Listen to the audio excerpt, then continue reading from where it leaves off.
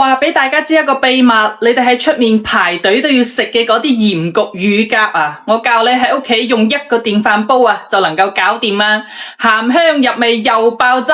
嗱，唔理啊你有冇落過廚都好，照住我呢個方法嚟做出嚟啲乳鴿，連啲骨頭啊都係鹹香入味噶。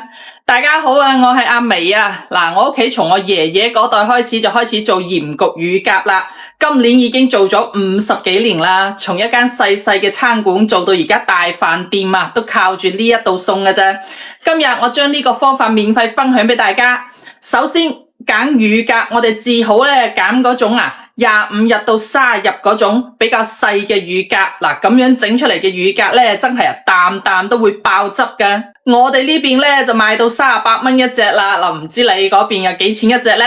我哋喺個乳鴿身上咧滲少少鹽，同埋淋一圈高度嘅白酒，用你發財嘅左手同佢做下全身按摩。啲鹽同白酒可以好好咁同啲乳鴿去腥增香嘅。關鍵步驟嚟啦，嗱，將乳鴿沖洗乾淨之後，拎起一壺滾水兜頭兜面淋落個身上，等嗰啲乳鴿嗰啲皮咧就收縮緊致，咁樣啲皮食起嚟就會更加爽口，同埋好容易上色嘅。嗱，之後將渌好嘅乳鴿濾乾啲水分，俾啲生抽、老抽。嗱，重點嚟啦，加一包呢一個由我哋酒店大廚調配好嘅五指毛桃鹽焗粉落去。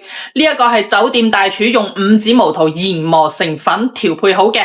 平時用嚟做鹽焗雞啦、鹽焗豬手啦、鹽焗乳鴿啦都好正噶，鹹香入味，好食到停唔到口啊！